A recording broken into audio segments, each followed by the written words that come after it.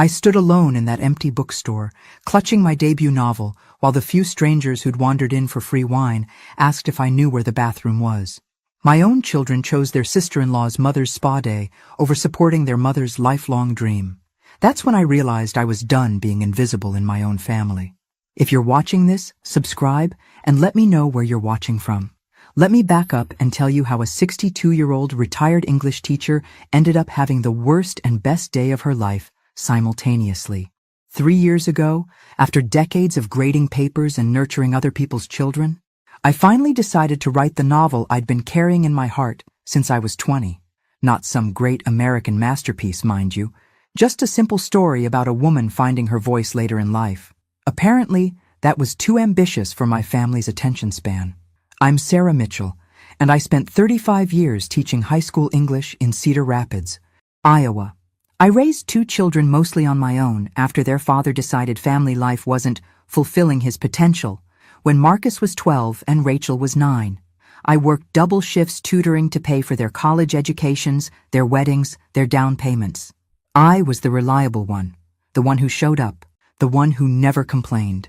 The book launch was scheduled for 2 p.m. on Saturday at Morrison's Books, a cozy independent bookstore downtown.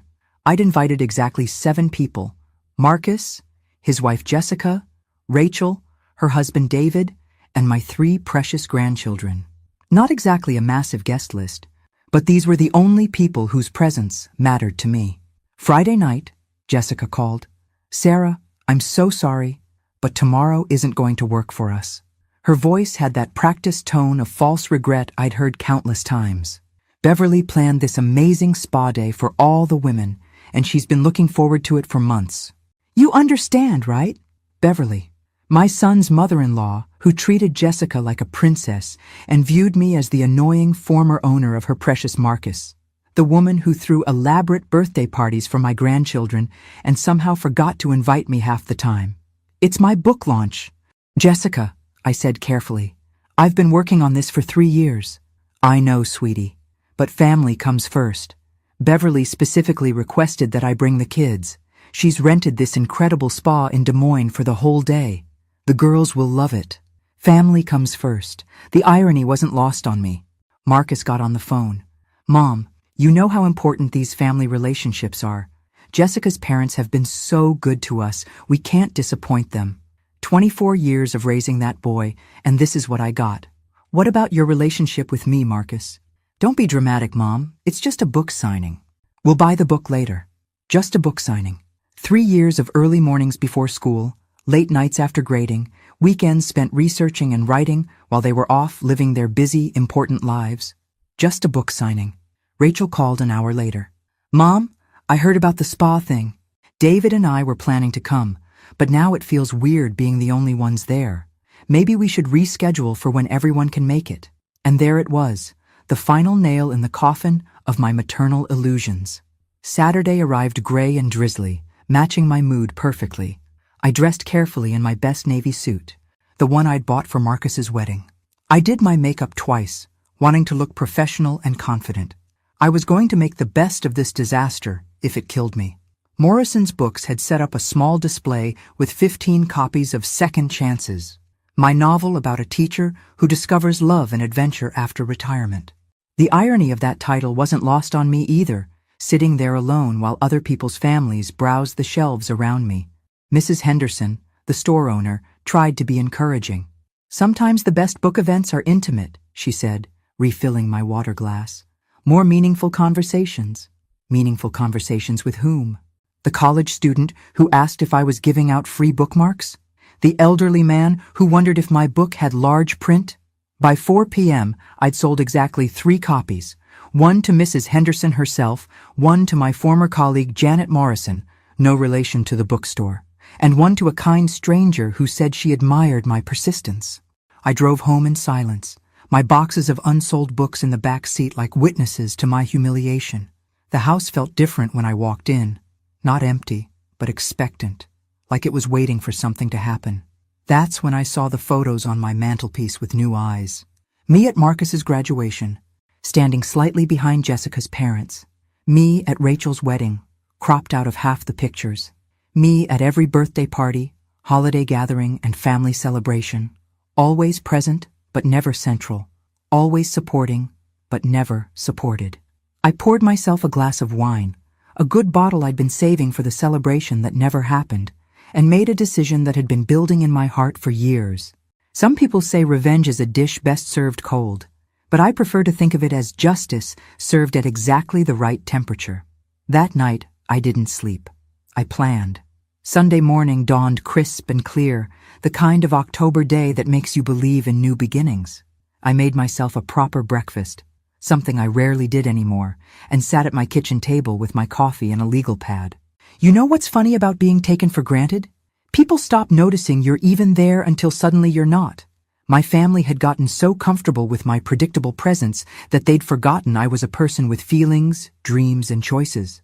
Well, they were about to get a masterclass in Sarah Mitchell's decision-making abilities. I started with a list. Not a grocery list or a to-do list, but a reckoning. 35 years of teachers' organization habits die hard, and I needed to see everything laid out clearly before I acted. Financial support provided over the years. Marcus's college tuition, $47,000. Rachel's college tuition, $52,000. Marcus's wedding contribution, $15,000. Rachel's wedding contribution, $18,000. Down payment help for Marcus's house, $25,000. Down payment help for Rachel's condo, $20,000. Various emergency loans never repaid, approximately $12,000. Babysitting services provided free of charge, roughly 500 hours per year for 10 years. The numbers were staggering when I wrote them out. Nearly $200,000 in direct financial support, plus a decade of free childcare that would have cost them thousands more. And what had I gotten in return? Empty promises to make it up to me later, perfunctory birthday cards signed by grandchildren who barely knew me, and yesterday's humiliation. I picked up my phone and scrolled through the photos from Beverly's spa day that Jessica had posted on social media. My grandchildren laughing in fluffy bathrobes, getting their nails done, faces glowing with happiness. The caption read, "Best Saturday ever with our favorite grandmother. #blessed #family #spayday, our favorite grandmother." Not their only grandmother, but their favorite one, the one who mattered. I closed the app and opened my banking website instead. You see, what my family never understood was that their old mom wasn't just some retired teacher living on a pension. 35 years of careful saving, smart investments, and modest living had left me quite comfortable. The house was paid off, my retirement account was healthy, and I'd inherited a nice nest egg from my parents. I wasn't wealthy by rich people's standards, but by normal standards I was doing just fine. More importantly, I was the beneficiary of a life insurance policy my ex-husband had been required to maintain after our divorce.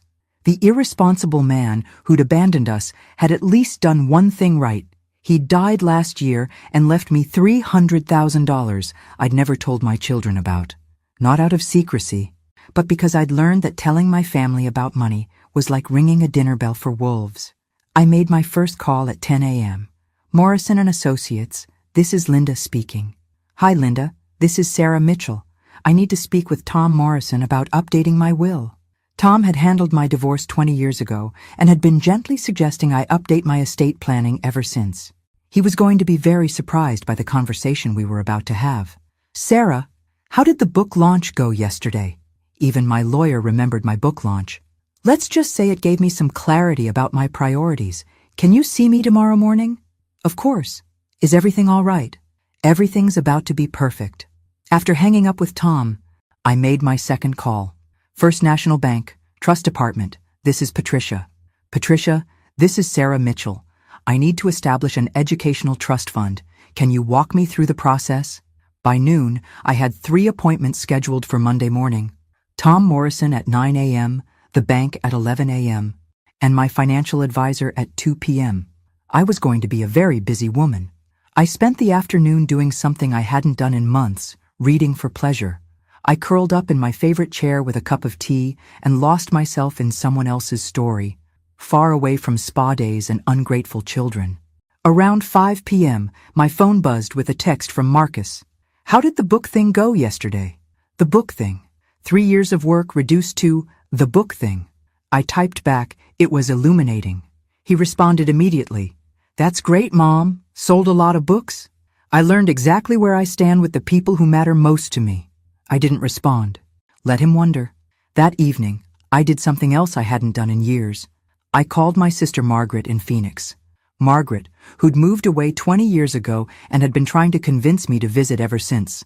"Sarah, what a wonderful surprise. How are you, honey?" "I'm having an awakening." "Maggie, a long overdue awakening. About time. What's the catalyst?" I told her about the book launch, about the spa day, about 30 years of being everyone's backup plan. Margaret listened without interrupting, making the occasional sympathetic noise. "So what are you going to do about it?" she asked when I finished. "Something I should have done years ago. Something that's going to make them realize exactly what they've been taking for granted. I'm proud of you, sister. And whatever you're planning, you have my full support." "How's the guest room situation at your place?" Margaret laughed. "The guest room is always ready for you. Sarah Mitchell. Always." After we hung up, I sat in my quiet house and felt something I hadn't experienced in years. Anticipation. Tomorrow was going to be a very interesting day, and for the first time in decades, I was the one writing the script. But I had one card left to play that they never saw coming. Monday morning arrived with the kind of crisp clarity that makes big decisions feel inevitable. I dressed in my best black suit, the one that made me feel like I meant business, and drove downtown with a sense of purpose I hadn't felt in years. Tom Morrison's office hadn't changed much since my divorce proceedings. Same oak furniture, same law books, same smell of coffee and important documents. But I was definitely not the same woman who'd sat in that chair 20 years ago, desperately trying to figure out how to survive my husband's abandonment. "Sarah, you look wonderful," Tom said, gesturing for me to sit. "I'm sorry to hear the book launch didn't go as hoped." Actually, it went exactly as it needed to. Sometimes disappointment is just clarity wearing work clothes. Tom raised an eyebrow. He'd always appreciated my teacher metaphors. "All right, let's talk about what you want to change." I pulled out my legal pad with its neat columns and bullet points. "I want to completely restructure my will and establish several trusts. My current will leaves everything equally to Marcus and Rachel. I want to change that." "Okay, what kind of changes are we talking about?" "I want to establish educational trusts for my 3 grandchildren, Lily, Tommy, and Emma. Full college tuition, graduate school if they choose, but with specific conditions attached." Tom started taking notes. "What kind of conditions?"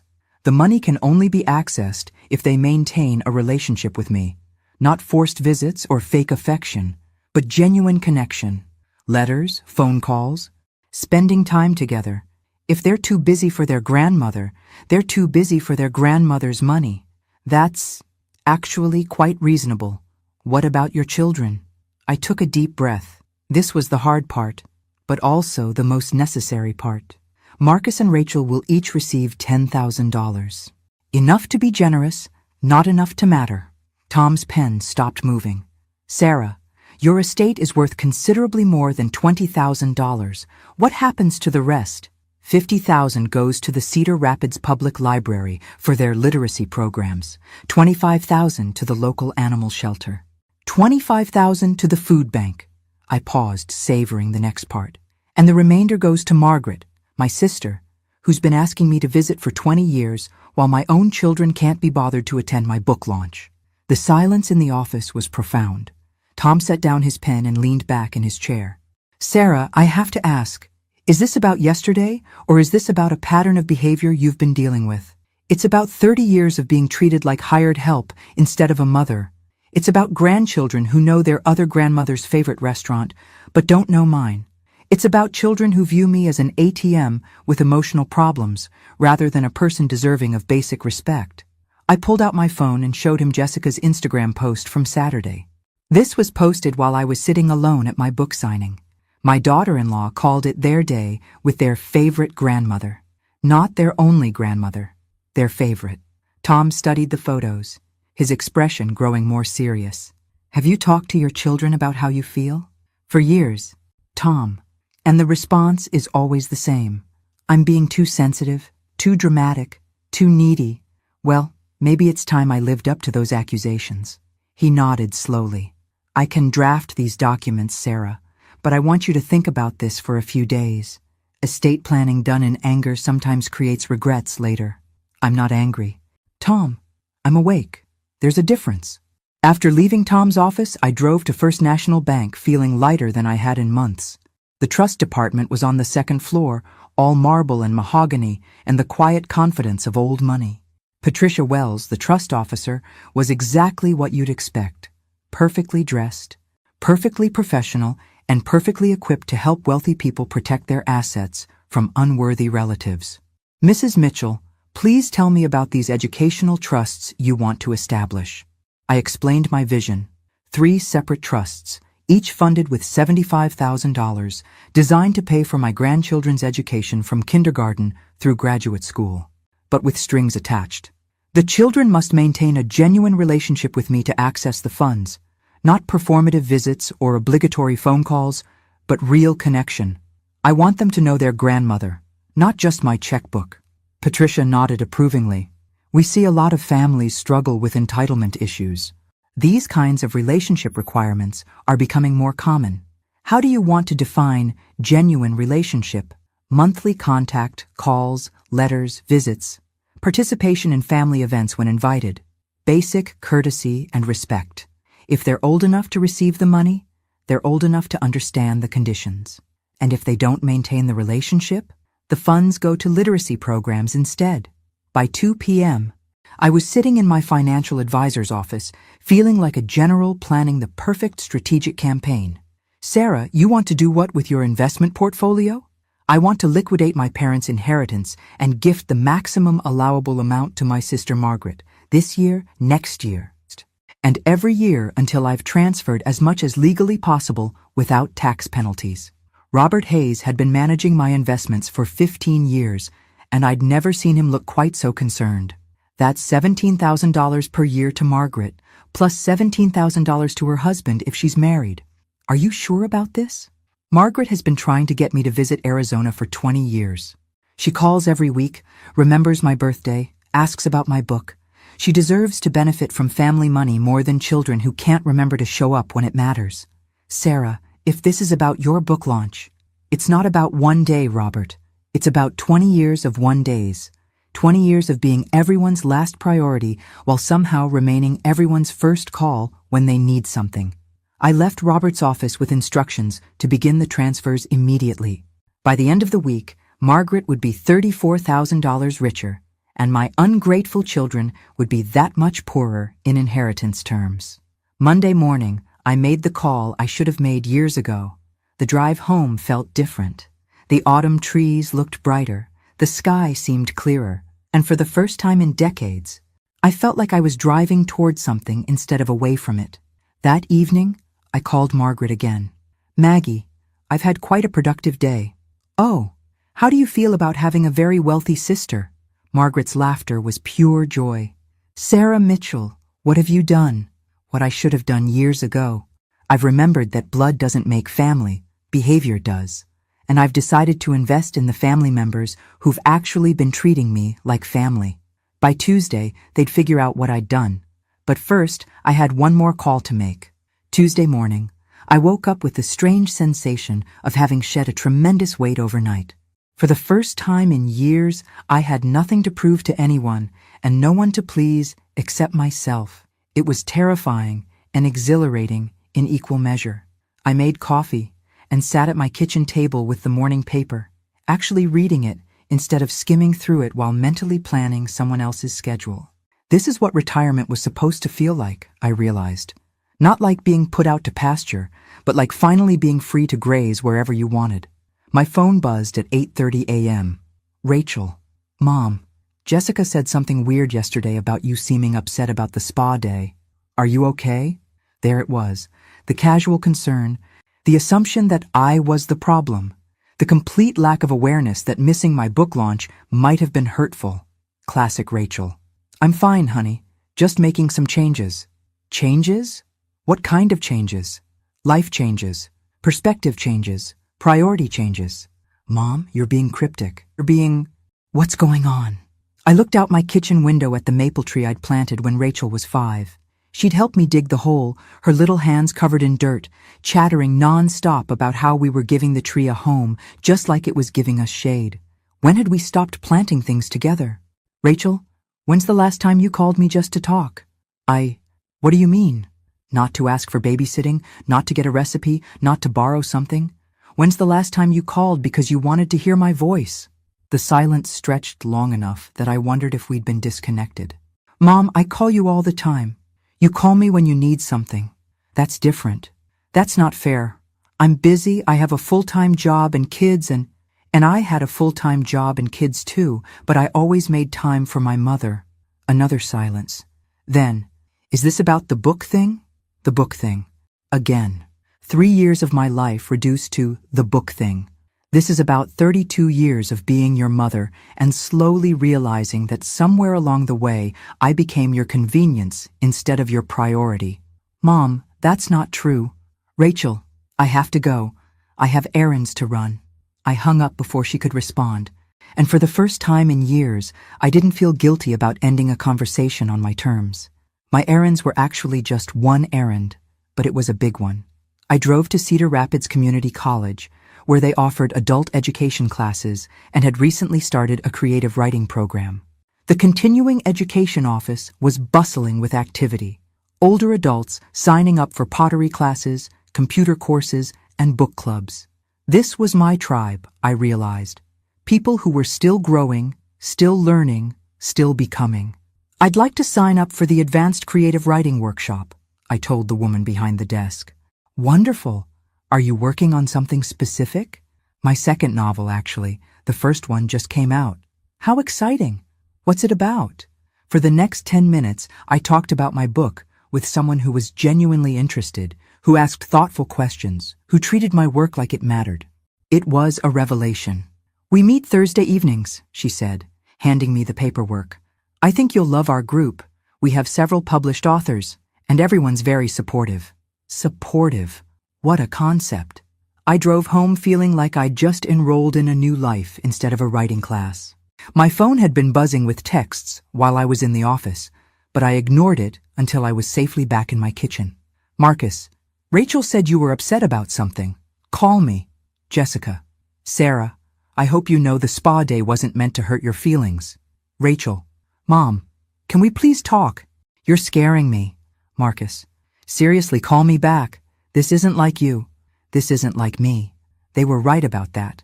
The old me would have already called back, apologizing for worrying them, reassuring them that everything was fine, minimizing my feelings to make them comfortable. The new me made lunch instead. Around 2 p.m., my doorbell rang. Through the window, I could see Marcus's car in my driveway. He'd actually driven over. That was either touching or alarming, depending on how you looked at it. I opened the door to find my son looking genuinely concerned, which would have been more meaningful if it hadn't taken a family crisis to generate that expression. Mom, what's going on? Rachel said you were talking about changes and priorities, and Jessica feels terrible about the spa day. Come in, Marcus. Would you like some coffee? I want to know what's wrong. Nothing's wrong. Actually, everything's finally right.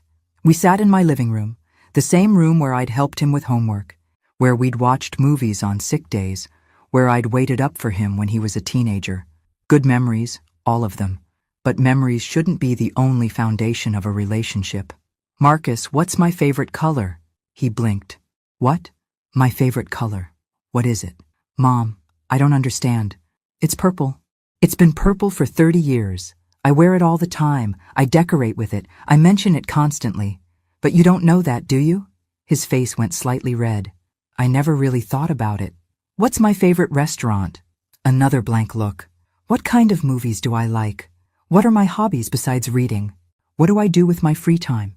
Mom, why are you asking me this stuff? Because yesterday, I realized that your mother-in-law knows more about your children than you know about your mother.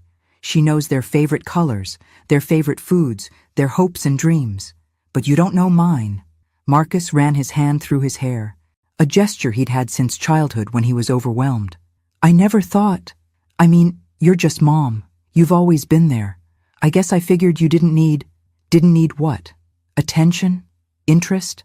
Love that wasn't conditional on my usefulness? That's not fair. I love you. I know you do. But you don't know me. And after yesterday, I realized that's partly my fault.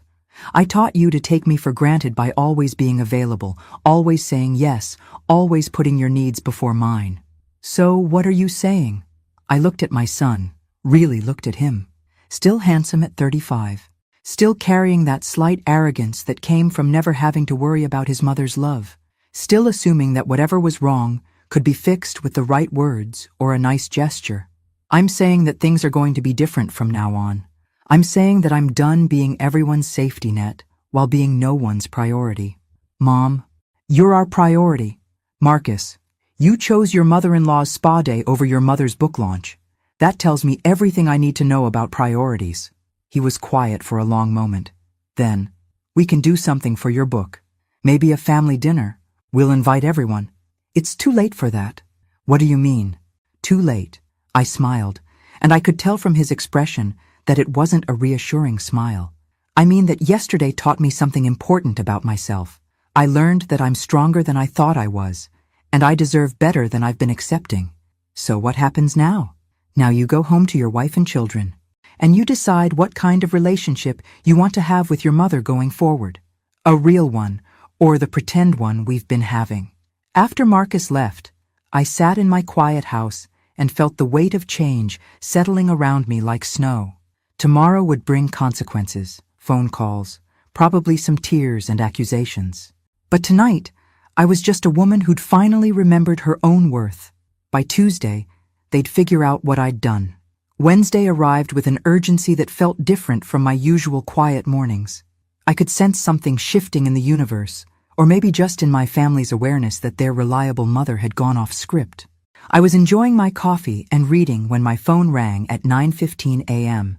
Rachel again, but this time her voice had an edge I rarely heard. Mom, I talked to Marcus last night. What did you mean when you told him it was too late for a family dinner? Interesting. So they'd been discussing me, trying to figure out how to manage whatever crisis they thought I was having. Typical. I meant exactly what I said, honey. Some opportunities don't come twice. But we want to celebrate your book. We can plan something nice. Rachel, do you remember my birthday last year? Of course I do. We took you to dinner. Where? A pause. We went to that Italian place you like. I don't like Italian food. Sweetheart, I'm lactose intolerant, remember? We went to Romano's because it was convenient for you and David. I ate salad and pretended to enjoy myself while you all had pasta. Mom, why didn't you say something? I've been saying something for years. You just haven't been listening. I could hear her breathing on the other end, probably trying to figure out how to navigate this conversation. Rachel had always been my peacemaker, the one who smoothed over conflicts and found compromises. But you can't compromise with someone who's finally stopped compromising themselves. What do you want from us, Mom? I want you to want to be in my life, not just expect me to be in yours. After Rachel hung up, more confused than ever, I decided to do something I'd been putting off. I drove to the bank to check on the status of my trust establishments and money transfers. Patricia Wells greeted me with the kind of professional warmth that comes from dealing with wealthy people making dramatic financial decisions. Mrs. Mitchell, everything is proceeding smoothly. The educational trusts are established, and we've begun the process of funding them. Your sister's gifts are also being processed. Excellent. And the documentation? All signed and notarized. Your grandchildren will receive letters explaining the trusts when they turn 16, along with the relationship requirements. I smiled, thinking about Lily reading that letter in 4 years, learning that her grandmother had set aside $75,000 for her education, contingent on actually maintaining a relationship with me. Would she be surprised? Would she even remember who I was by then? Mrs. Wells, what happens if the relationship requirements aren't met? The funds transfer to the literacy programs you specified. We handle several educational trusts with similar conditions. They're quite effective at encouraging genuine family connections. On my way home, I stopped at the grocery store for the first time in weeks without consulting anyone else's schedule or preferences. I bought expensive cheese, good wine, fresh flowers, and ingredients for recipes I wanted to try. Cooking for one suddenly felt like freedom instead of loneliness. My phone buzzed as I was loading groceries into my car. Jessica, the daughter-in-law I'd bent over backwards to please for 10 years. Sarah, could we talk? I'm really worried that you're upset about Saturday. Worried.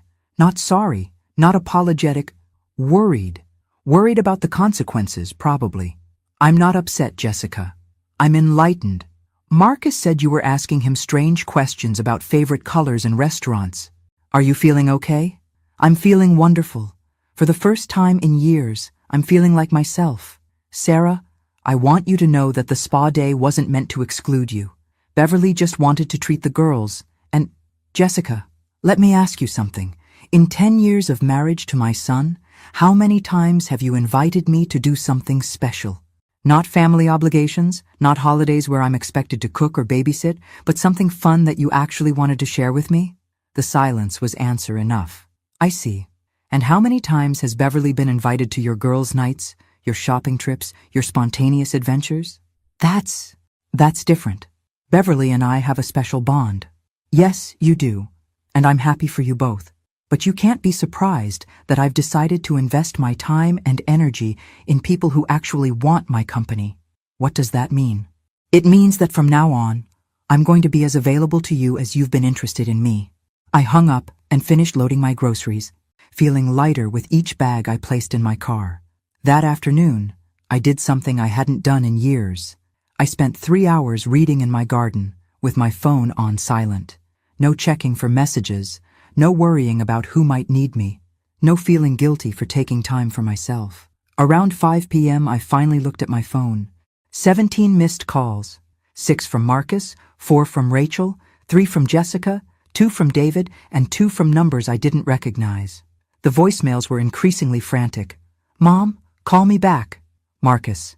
Sarah, please call. The kids are asking where Grandma is. Jessica. Mom, what's happening? You're scaring us. Rachel, Mrs. Mitchell, this is Tom Morrison. Please call me when you get this message. My lawyer. Sarah, this is Margaret. Call me immediately. Something's happened. My sister. My heart jumped. Margaret sounded genuinely panicked, not like the others who were just confused and frustrated by my new unavailability. I called her back first. Sarah, thank God. Are you all right? I'm fine, Maggie. Why wouldn't I be? Marcus called me. He's convinced something terrible has happened to you. He said you've been acting strange, asking weird questions, and now you're not answering your phone.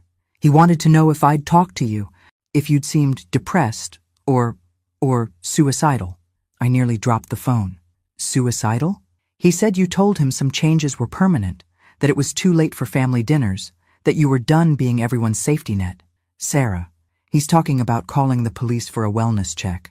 The audacity was breathtaking.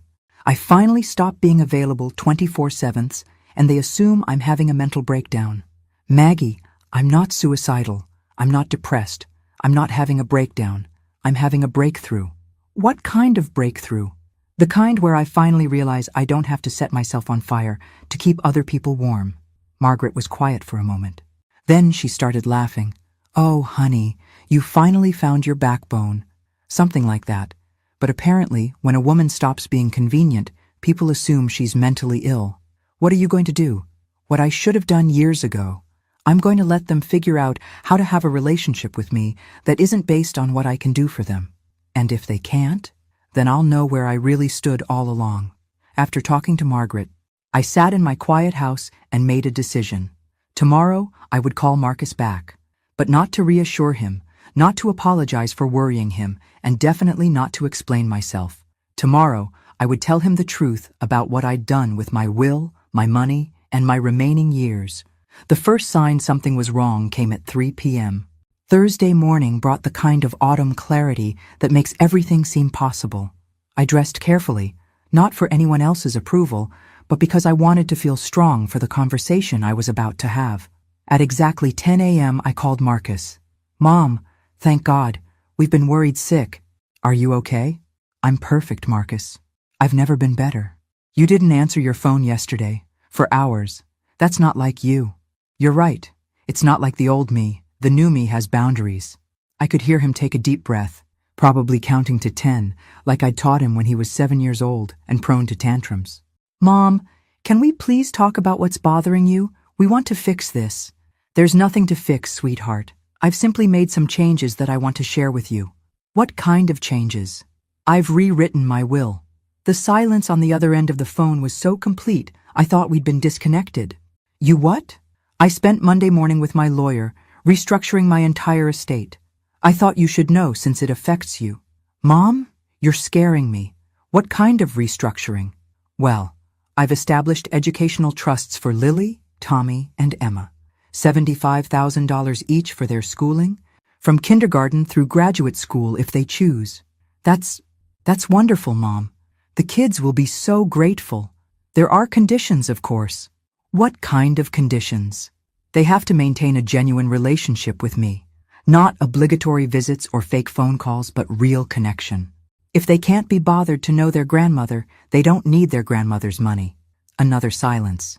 Then, that seems reasonable. What else? I've donated significant amounts to the library, the animal shelter, and the food bank. Causes I actually care about. Okay? And I've begun transferring large portions of my liquid assets to Margaret. Aunt Margaret? Why? Because she spent 20 years treating me like family, while you've spent 20 years treating me like staff. Mom? That's not… Marcus, let me finish. You and Rachel will each inherit $10,000. Enough to be generous, not enough to retire on. The explosion I expected came right on schedule. 10,000? Mom, that's insane. What about the house? What about your investments? That's our inheritance.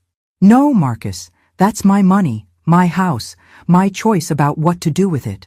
You can't be serious. We're your children. Are you? Because children typically show up for important events in their parents' lives. Children usually know their parents' favorite color, favorite food, favorite anything. Children don't choose their in-laws over their mother. This is about the stupid book launch again. This is about 35 years of raising ungrateful children who think being born gives them lifetime access to my resources without having to provide anything in return. I could hear Jessica in the background, her voice sharp and demanding. Marcus must have told her what I was saying. Mom, you're not thinking clearly. This is a huge decision. Maybe you should talk to someone. I did talk to someone. I talked to my lawyer, my financial advisor, and my sister, all of whom think I'm making excellent choices. A therapist. Mom, maybe grief counseling. You've been acting strange since Dad… Your father died 4 years ago, Marcus. This has nothing to do with grief and everything to do with clarity. Jessica grabbed the phone. Sarah, you cannot do this to our family. I'm not doing anything to your family. I'm doing something for myself. Those children are counting on their inheritance. We've made plans. What plans, Jessica? College funds, the house renovation, Marcus's business expansion. Ah, so you've been spending my money before I'm dead. How presumptuous. That's not what I meant. That's exactly what you meant. You've been counting on inheriting enough to fund your lifestyle improvements. Well, congratulations. You've just learned an important lesson about counting unhatched chickens. I hung up before she could respond and immediately called my lawyer. Tom, it's Sarah Mitchell. I need you to prepare a document stating that I'm of sound mind and body, making these decisions voluntarily, and not under any form of duress or mental incompetence. Sarah, has someone suggested you're not competent? My son just implied I need therapy because I've stopped letting his family use me as a bank. I'll prepare the document today. Do you want to come in for a mental competency evaluation as well? Just to have it on record? Yes, and Tom, I want copies sent to all my children, their spouses, and my sister. I want there to be no question about my state of mind when I made these decisions. After hanging up with Tom, I sat in my kitchen and waited. I didn't have to wait long. The doorbell rang at 11:30 a.m. Then it rang again, and again. Finally, someone started pounding on the door. I opened it to find Marcus, Rachel, Jessica, and David all standing on my porch looking like an intervention committee. Behind them, I could see neighbors starting to peek out their windows. Well, I said calmly, this is quite a delegation. Come in before you give the whole neighborhood a show. They filed into my living room like pallbearers, all grim faces and barely contained panic. Rachel spoke first. Mom, we need to talk about these changes you're making. What would you like to know? We want to know why you're punishing us, David said, speaking up for the first time. I'm not punishing anyone. I'm rewarding the people who've actually treated me well. By cutting us out of your will, Marcus's voice was getting louder. By putting my money where my heart has been all along, with people who want me in their lives, not just in their bank accounts. Jessica leaned forward. Sarah, think about the grandchildren. They need security, college funds. They have college funds, provided they maintain relationships with the grandmother who's funding their education. Those conditions are manipulative. I looked at Jessica for a long moment. You mean like manipulating me into missing my own book launch for a spa day? The room went completely silent. Here's what's going to happen, I continued. You're all going to go home and think about what kind of relationship you actually want with me. Not what you expect from me, not what you need from me, but what you want with me. And if we don't meet your standards, Rachel asked, tears starting to form, then you'll have your answer about what I was really worth to you. After they left, angry, confused, and finally understanding that their convenient mother had permanently changed the rules, I poured myself a glass of wine and sat on my back deck. My phone started ringing almost immediately, but I let it go to voicemail. I had a writing class tonight, and for the first time in years, I was exactly where I wanted to be, doing exactly what I wanted to do, with people who valued what I had to offer. What they found in that safety deposit box changed everything. Friday morning, I woke to the sound of my phone buzzing like an angry hornet. It was 6:47 a.m., and I already had 12 missed calls. By the time I made coffee, that number had grown to 18. Something had shifted overnight. The frantic energy in their voicemails was different, not just confused or hurt, but genuinely panicked. Rachel's voice was shaking in the latest message. Mom, please call us back. We found something, and we need to talk to you right now. What could they have possibly found? I'd been careful with my planning, meticulous with my documentation. Everything was legal, witnessed, and properly executed. My phone rang as I was pouring my first cup. Marcus, for the 5th time in an hour. Mom, thank God, where were you? Sleeping. It's not even 7 in the morning, Marcus. We need you to come over. Now. All of us are at my house. Why would I do that? Because we found Dad's safety deposit box key in Rachel's basement, and when we opened it, his voice cracked. Mom, please just come over. My blood went cold. David's safety deposit box. I'd completely forgotten about it after the divorce, assumed it was empty or closed years ago. What could possibly be in there that had my entire family in crisis mode? Marcus, what did you find? I can't talk about this over the phone. Please, Mom, just come. Against my better judgment, I drove to Marcus's house an hour later. The entire family was gathered in his living room like mourners at a wake. Jessica's eyes were red from crying. Rachel looked devastated, and even David seemed shaken. Show me, I said without preamble. Marcus handed me a manila envelope with my name written on it in David's familiar handwriting. Inside were documents I'd never seen before, life insurance policies, investment accounts, and a letter dated just 6 months before he died of his heart attack 4 years ago.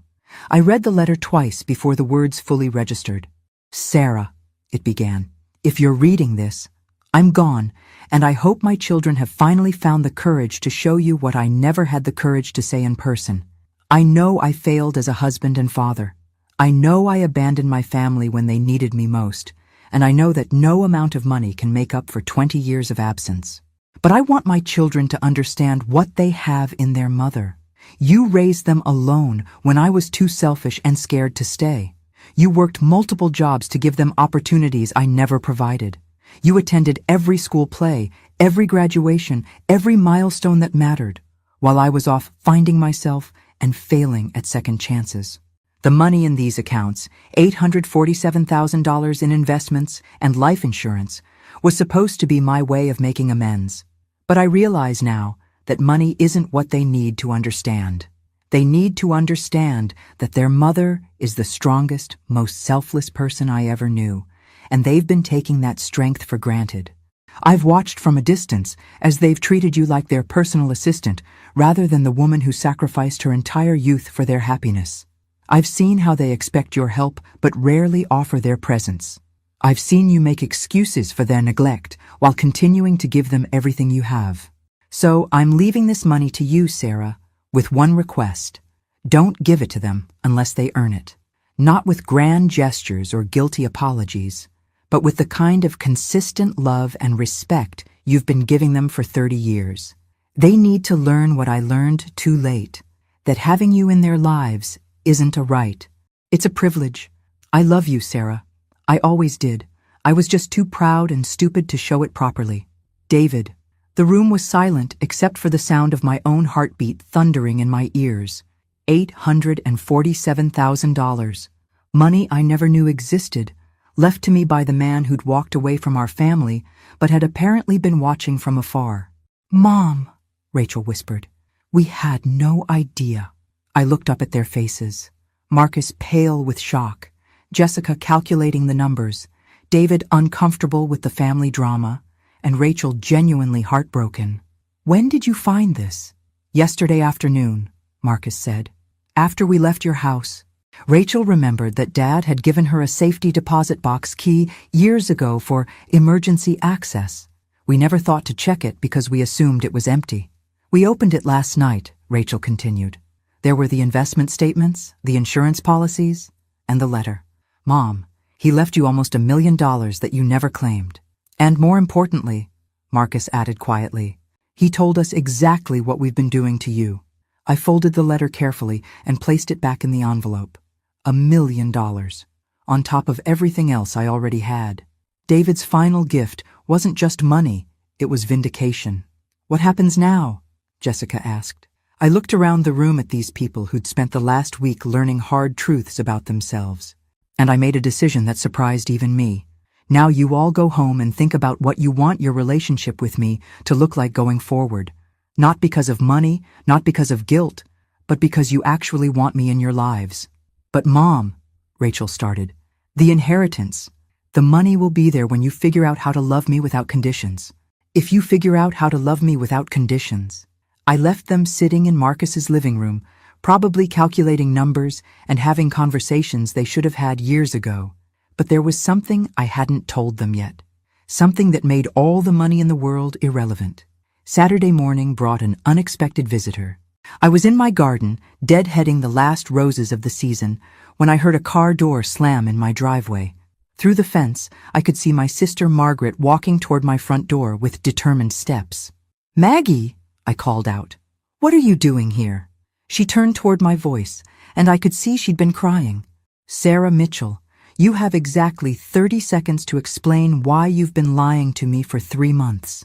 My hands went still on the rose stems. "I don't know what you mean. Dr. Patterson's office called me yesterday. Apparently I'm listed as your emergency contact, and they've been trying to reach you about missed appointments. Chemotherapy appointment, Sarah." The words hung in the air between us like smoke from a fire I'd been trying to keep hidden. I set down my garden shears and looked at my sister, really looked at her, and saw the kind of hurt that comes from being shut out by someone you love. "How long have you known?" she asked. 3 months and 2 weeks. "And you didn't tell me because—" I pulled off my gardening gloves, buying time to find the right words. "Because once you tell people you're dying, that becomes all you are to them. The sick person. The one everyone pities and hovers over and treats like they're already gone. You're dying? Stage 3 pancreatic cancer. Maybe 6 months if I'm lucky, maybe 3 if I'm not." Margaret's face crumpled. "Oh, Sarah. Don't cry, Maggie. Please don't cry. I've had 3 months to get used to this, and I've made my peace with it. Is that why you changed your will? Why you've been pulling away from the kids?" I gestured toward my back deck. "Let's sit down. There's more you need to know." We settled into my patio chairs, the same ones where I'd sat just a week ago planning what my family thought was revenge, but was actually something much more complicated. "The book launch," I began, "was supposed to be my goodbye party. Not that I told anyone that. I wrote that novel as a love letter to my life, to all the experiences I'd had and all the dreams I'd finally pursued. I wanted my children there, not because I needed their support for my writing career, but because I needed them there for my farewell. And when they didn't show up, when they chose Beverly's spa day instead, I realized something devastating. They didn't know me well enough to know this mattered. They didn't know me well enough to know anything mattered." Margaret reached across the small table and took my hand. So you decided to teach them. I decided to protect them. All of them, but especially the grandchildren. Protect them from what? I looked out at my garden, at the trees I'd planted and the flowers I'd nurtured, knowing I'd never see another full cycle of seasons. Maggie, my kids are going to inherit almost $2 million between my estate and David's surprise money. Do you know what that kind of sudden wealth does to people who haven't learned the value of anything? It destroys them. It destroys them. But if they have to earn a relationship with me to access their children's trust funds, if they have to learn to value people over money, maybe there's hope. The relationship requirements in the trusts aren't punishment. They're protection. I'm trying to save my grandchildren from parents who might love money more than they love each other. Margaret was quiet for a long moment, processing everything I'd told her. What about your treatment? Are you fighting this? I did 2 rounds of chemotherapy. It bought me some time, but not much, and the quality of life. I shook my head. I decided I'd rather have 6 good months than 12 miserable ones. Do the kids know? No, and I'm not sure I'm going to tell them. Sarah, they deserve to know. Do they? They've had 30 years to know me, to love me, to show up for me. If it takes a cancer diagnosis to make them care, then they don't really care about me. They care about their guilt. We sat in comfortable silence for a while. 2 sisters who'd shared a lifetime of secrets and sorrows. Finally, Margaret spoke. What can I do? Be my sister. Not my caregiver, not my nurse, just my sister. Help me have the best 6 months possible. And the money I've been receiving? I smiled. That's real. You've been the family member who actually treated me like family. You deserve to benefit from family money. My phone buzzed with another call from Marcus. I let it go to voicemail. They're persistent, Margaret observed. They're scared. They've realized they might lose access to the money, and they're panicking. Is that all they care about? I hope not, but I'm about to find out. That evening, alone in my quiet house, I made a decision. It was time to accelerate the timeline. I picked up my phone and sent identical text messages to Marcus and Rachel. Family meeting tomorrow at 2 p.m. My house. Come alone. No spouses, no children. There are things you need to know. Then I called Dr. Patterson's office and scheduled an appointment for Monday morning. It was time to find out what my children were really made of. Sunday at 2 p.m., Marcus and Rachel sat in my living room, looking like teenagers called to the principal's office. I could see the questions in their eyes, the worry lines that had appeared since they'd found David's letter, the careful way they were watching me for signs of whatever crisis they thought I was having. Thank you for coming without your spouses, I began. What I'm about to share with you is between us, and you'll need to decide for yourselves how and when to tell your families. Mom, you're scaring us, Rachel said softly. Good. Fear is appropriate for what comes next. I had rehearsed this conversation in my mind for days, but sitting here looking at my children, really looking at them, I felt my carefully planned words scatter like leaves in the wind. I'm sick, I said simply. The silence that followed was so complete, I could hear the neighbor's dog barking 3 houses away. Sick how? Marcus finally asked. Pancreatic cancer, stage 3, diagnosed 3 months ago. Rachel made a sound like she'd been punched in the stomach. Marcus went white as paper. 3 months ago? Rachel whispered. You've known for 3 months and didn't tell us? I've known for 3 months and made some decisions about how I want to spend whatever time I have left. What kind of decisions? Marcus's voice was barely audible.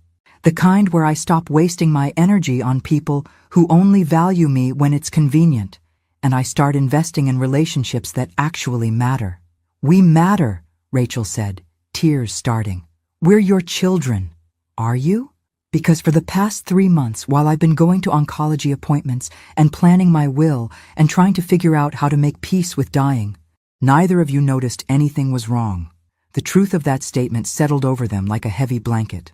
How long? Marcus asked. 6 months, maybe less. I stopped chemotherapy 2 weeks ago because I decided I'd rather have quality time than quantity time.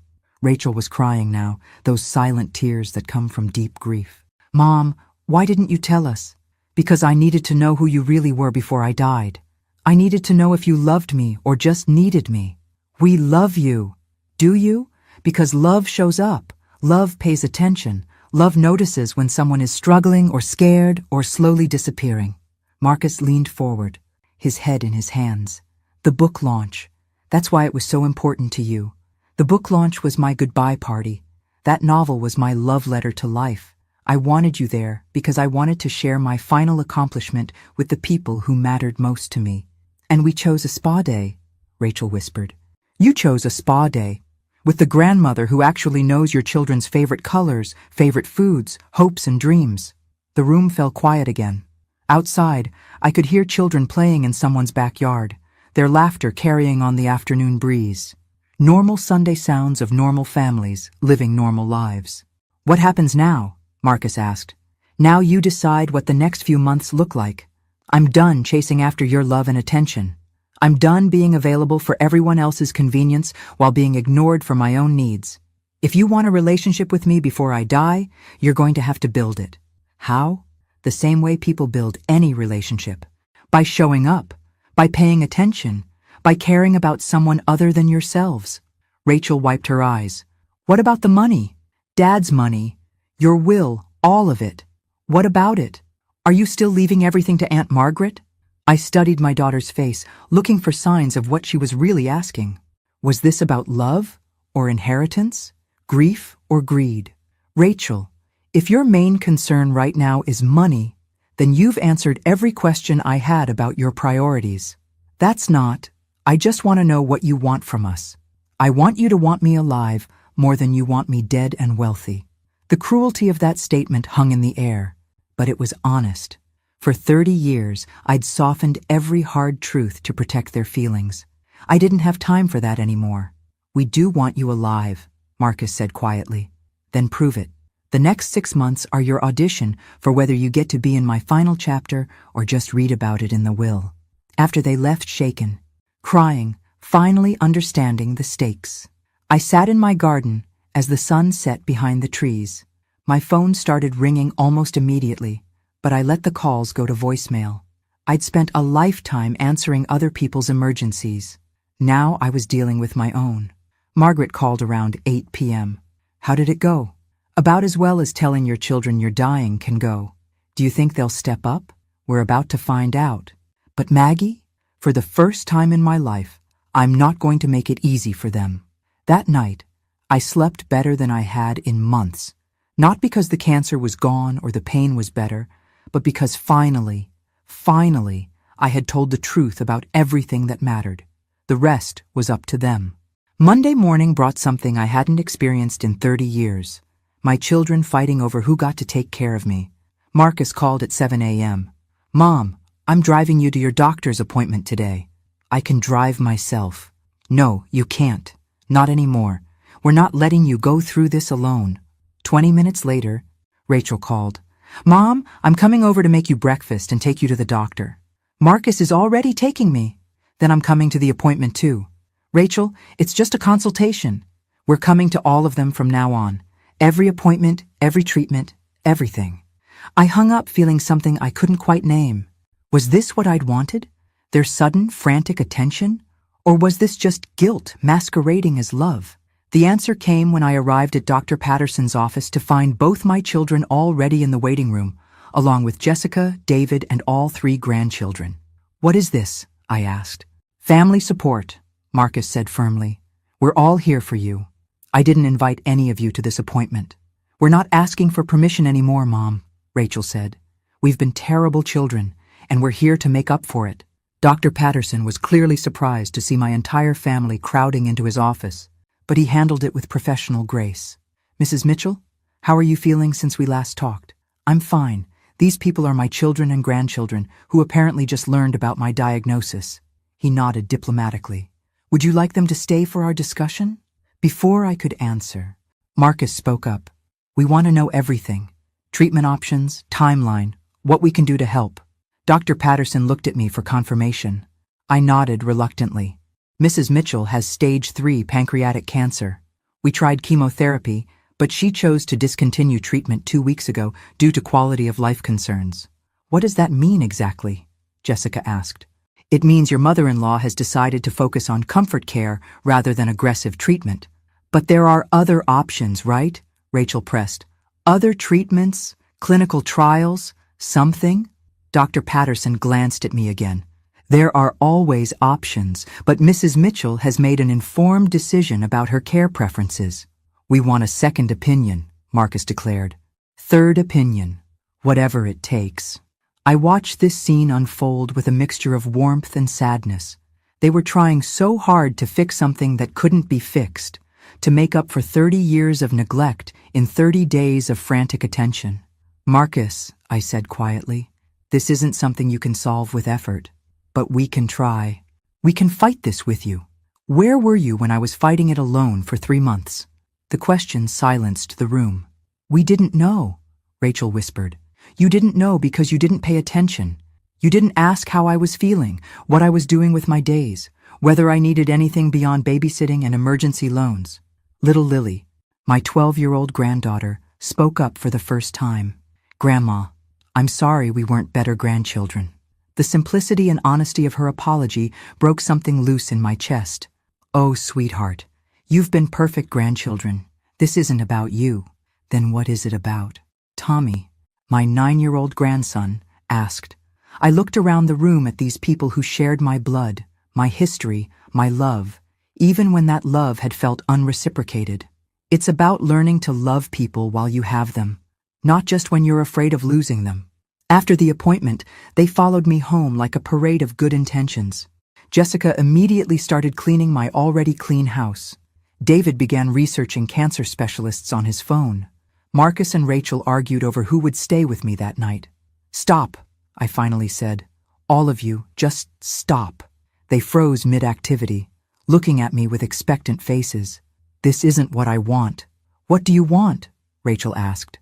I want you to love me because you choose to, not because you're afraid of losing your inheritance or feeling guilty about being bad children. The inheritance doesn't matter, Marcus said. Doesn't it? Because a week ago, you were very upset about the changes to my will. That was before we knew you were sick. So my dying made me worth loving again? The question hung in the air like smoke from a fire that wouldn't quite catch. Emma, my 7-year-old granddaughter, climbed onto my lap. Grandma, do you not want us to love you? I want you to love me the way you love other people you care about. Consistently, without conditions, whether I'm healthy or sick, convenient or inconvenient. We can do that, Lily said solemnly. Can you? Can your parents? I looked at Marcus and Rachel, these grown adults who were trying so hard to fix 30 years of taking me for granted in 30 days of guilty attention. Here's what's going to happen, I said. You're all going to go home and think about whether you want to be in my life because you love me or because you're afraid of me dying. What's the difference? David asked. One is about me, the other is about you. But there was something else they didn't know yet, something that would change everything. 3 weeks later, I was sitting in my oncologist's office getting news that nobody expected, especially not me. The tumor has shrunk by 60%. Dr. Patterson said, staring at my latest scans with something approaching bewilderment. I've never seen anything like this with pancreatic cancer at your stage. My hands were shaking as I processed what he was saying. What does that mean? It means we caught a miracle. Whatever you've been doing differently in the past month, stress reduction, diet changes, family support, something has triggered your body's immune response. The cancer is in retreat. For how long? We don't know. Could be months, could be years. But Sarah, you're not dying anymore, at least not from this. I sat in that sterile office chair and felt the weight of 3 months of goodbye letters, changed wills and burned bridges settling around me like debris after a tornado. Dr. Patterson, what are the chances this continues? With continued treatment and the right lifestyle changes, you could have years, good years. I drove home in a daze, my mind spinning with the implications. I'd spent 3 months teaching my family hard lessons about love and respect, lessons I'd thought would be my final gift to them. Now, I had to figure out how to live with the consequences of my deathbed revelations. My phone buzzed with a text from Rachel. Bringing dinner at 6. Made your favorite real chicken soup, not the canned stuff. Another from Marcus. Tommy wants to show you his science project. Can we come over after school? Jessica. The kids made you cards. Lily wrote you a poem. For 3 weeks, they'd been showing up, not with the frantic, guilty energy of that first day at the doctor's office, but with something that felt like genuine care. They'd learned my favorite color, purple, my favorite restaurant, the little Greek place downtown, my favorite movies, anything with Meryl Streep. They'd started calling just to talk, not just when they needed something, but they were doing it because they thought I was dying. I pulled into my driveway and sat in my car, looking at the house I'd almost given away to my sister, the garden I'd thought I'd never see bloom again, the life I'd been so carefully dismantling. My phone rang. Margaret. Sarah, you sound strange. What's wrong? The cancer is almost gone. Dead silence. Then, what? 60% reduction. Dr. Patterson says it's practically a miracle. I'm not dying anymore. Maggie. Oh my God. Sarah, that's wonderful. She stopped. Wait, what about everything you've done? The will, the family, the money transfers? That's what I'm trying to figure out. I walked into my house that I'd been preparing to leave, and looked around with new eyes. The frantic cleaning Jessica had been doing. The flowers Rachel brought twice a week. The children's artwork covering my refrigerator. Evidence of a family trying to love me properly, maybe for the first time. But were they loving me, or were they loving their guilt? At 4:30, my doorbell rang. All 3 grandchildren stood on my porch with construction paper and crayons. We want to make you more cards, Lily announced, to help you feel better. Because you're sad about being sick, Tommy added. And when people are sad, you make them pictures, Emma concluded with 7-year-old logic. I let them in and watched as they spread their art supplies across my kitchen table, chattering about school and friends and the normal, precious concerns of childhood. Grandma, Lily said as she carefully colored a purple flower, are you going to die soon? The question I'd been dreading. What do you think about that, sweetheart? I think maybe you were just lonely and that made you sick. But now we're here more, so maybe you'll get better. Out of the mouths of babes. Lily, what if I told you that Grandma is feeling much better? That the doctors think I might not be as sick as they thought? 3 little faces turned toward me with hope, so pure it nearly broke my heart. Really? Emma whispered. Really? But that means some things might change. What kind of things? Tommy asked. Well, your parents have been taking very good care of me because they thought I might die. If I'm not dying anymore, they might go back to being too busy for Grandma. Lily put down her crayon and looked at me with the serious expression that made her seem much older than 12. Grandma, do you think Mommy and Daddy only love you because you're sick? I don't know, baby. What do you think? I think they love you because you're our grandma. They were just too busy to remember how to show it. And what about you 3? Will you still want to visit Grandma if she's not sick anymore? Of course, all 3 said simultaneously. Because we like you, not just because you're sad, Emma added. At 6 p.m., Rachel arrived with homemade soup, and Marcus followed with Tommy's science project about butterflies. They settled into my living room like it was a routine now, like family dinner at Grandma's house was normal instead of extraordinary. I have something to tell you, I said after we'd eaten and admired Tommy's butterfly collection. They looked up expectantly, probably bracing for bad news about my health. The cancer is almost gone. The doctors say I could have years left, not months. The silence was profound. Then Rachel started crying. Not sad tears, but relief so overwhelming it shook her whole body. Mom, that's amazing, Marcus said, his voice thick with emotion. Is it? Because I need to know something, and I need you to be completely honest with me. They waited. Are you here because you love me, or because you felt guilty about me dying? Marcus and Rachel looked at each other, then at their children, then at me. Both, Rachel admitted quietly. At first it was guilt, but Mom, these past 3 weeks, I remembered why I used to love spending time with you. I remembered how funny you are, how smart, how good you've always been at listening. I forgot that you were a person with your own interests and opinions, Marcus added. I thought of you as just Mom, like that was your whole identity. But you're Sarah, who writes books and has strong political opinions and makes terrible puns that we pretend not to laugh at. So what happens now? I asked. Now we keep doing what we've been doing, Rachel said, because we like who our family is when we're actually paying attention to each other. Even if it means less inheritance money? Marcus smiled. Mom, I'd rather have you alive and giving all your money to Aunt Margaret than dead and wealthy. Besides, Rachel added, we've learned something important these past few weeks. What's that? Having you in our lives is worth more than any amount of money. We just forgot that for a while. I looked around my living room at my family, really looked at them, and saw something I hadn't seen in years. I saw people who chose to be here, not people who felt obligated to be here. So, I said, pulling out my phone, should I call Tom Morrison and change my will back? Actually, Marcus said, keep it the way it is. What? The trust fund requirements for the kids' education? That's brilliant. It ensures they'll always have a relationship with you. And the donations to charity? Rachel added. That's exactly what someone like you should do with their money. But what about your inheritance? They looked at each other and smiled. Mom, Rachel said, you gave us the best inheritance possible. You taught us how to love our family properly. Everything else is just money.